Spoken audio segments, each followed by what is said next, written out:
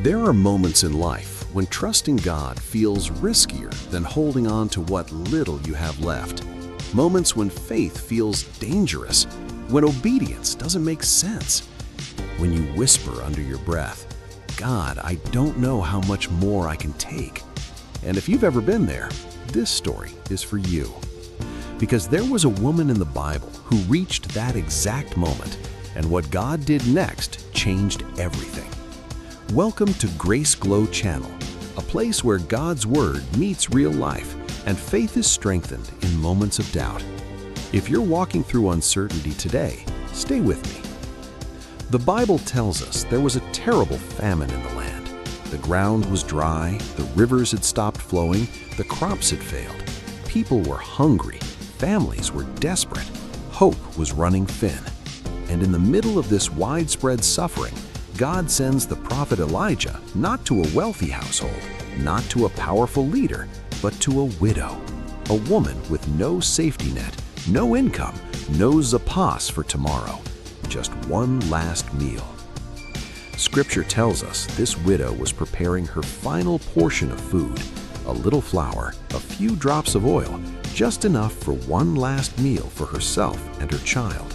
After that, there would be nothing left, no plan, no backup, no tomorrow. And then Elijah arrives. He looks at her and asks for bread. Her voice trembles as she responds, "I have only a little flour and a few drops of oil, just enough for one final meal." This was not a dramatic exaggeration. This was reality. And then Elijah says something that sounds almost impossible to accept. "Do not be afraid. Make mine first, and God will take care of you." Let that sink in. Give first when there's nothing left. Trust God when obedience feels like loss. This is the moment where faith becomes uncomfortable. Her hands were shaking, her heart was torn between fear and faith. Because if God didn't come through, she would lose everything. And this is where many of us struggle. Because we're willing to trust God when we have extra, but what about when we're down to our last? And yet, she obeys. She pours the last flour, the last oil, the last of what she had, not knowing what would happen next.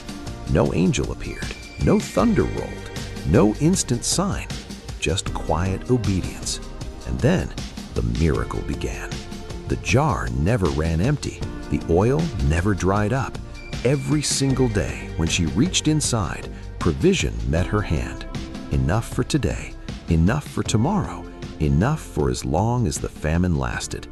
Because when she trusted God with the little she had, God proved He was more than enough. And this is where the story stops being about her and starts being about you. Maybe today you feel like the widow. Your finances feel stretched thin, your strength feels drained, your hope feels fragile, and you're wondering, how can I trust God when I don't see how this will work? But hear this clearly. God is not limited by what you lack.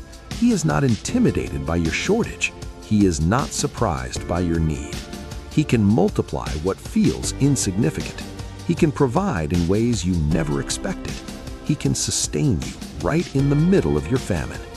You may not see how, but God is already working. Provision doesn't always arrive loudly.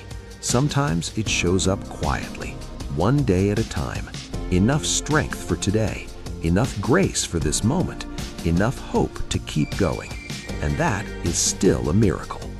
Don't lose hope. God sees your need, He hears your prayer, and He will provide right on time.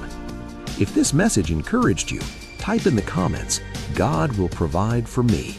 And if you want more messages like this, messages that strengthen your faith when life feels uncertain, subscribe to this Grace Glow channel and walk this journey of faith with us, because you are not alone and God is still providing.